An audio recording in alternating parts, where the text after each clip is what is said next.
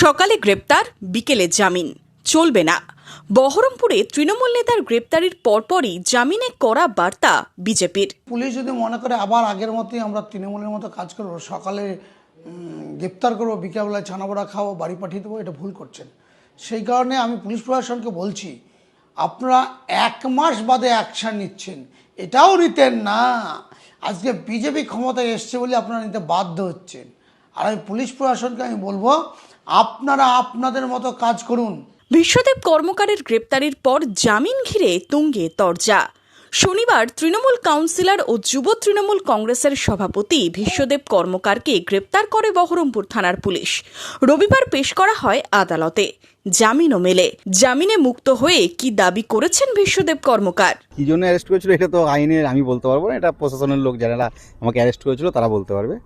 তো আমি আইনের প্রতি বিশ্বস্ত ছিলাম এবং আমার নিজের প্রতি কনফিডেন্স। তো এটুকু বলছি, এইভাবে আমাদেরকে কেউ আটকাতে পারবে না। বিগত দিনেও ছিলাম, আজও আছি, আগামী দিনেও থাকবো। আমি আমার দলকে ধন্যবাদ জানাই।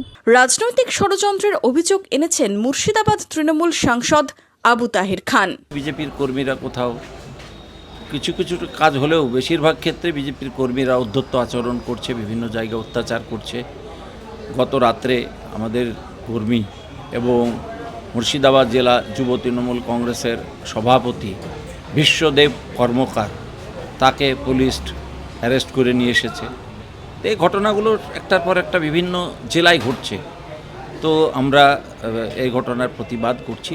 বহরমপুরের প্রাক্তন সাংসদ অধীর চৌধুরীর দাবি, সরকার বদল হয়েছে, তাই অ্যাকশন নিচ্ছে পুলিশ। তখনকার পুলিশ এখনকার পুলিশ তো আলাদা না। তখনকার পুলিশ তৃণমূলের পুলিশ, এখনকার পুলিশ তো আর আজকে যে সরকার তাদের কথা শুনে উঠা বসা করবে। তাদের এখন মনে হয়েছে যে সেই সময় যা যা বাকি কেস টেস আছে সেগুলো যদি না করি তাহলে এই জমানায় তাদের বিপদ হতে পারে।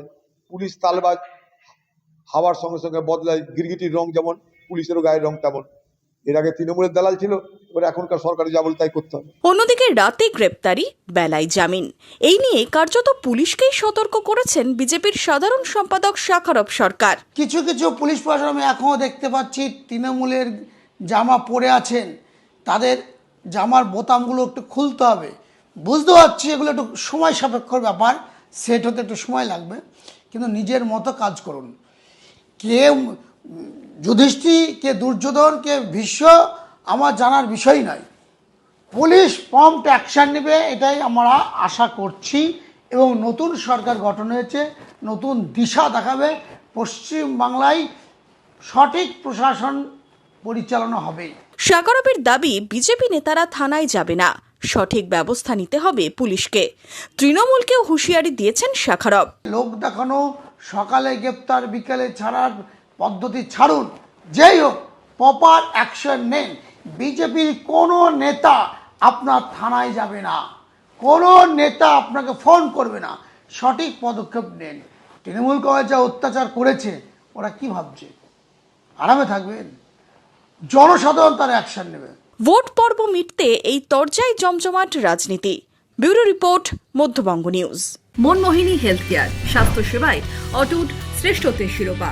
জেলায় প্রথম robotic knee replacement, cardiology with cath lab, neurosurgery, specialised trauma unit থেকে স্মাইল ট্রেন, একগুচ্ছ পরিষেবায় নিয়োজিত। Manmohini health care, quality care with personal touch, Baharampur শিল্প তালুক।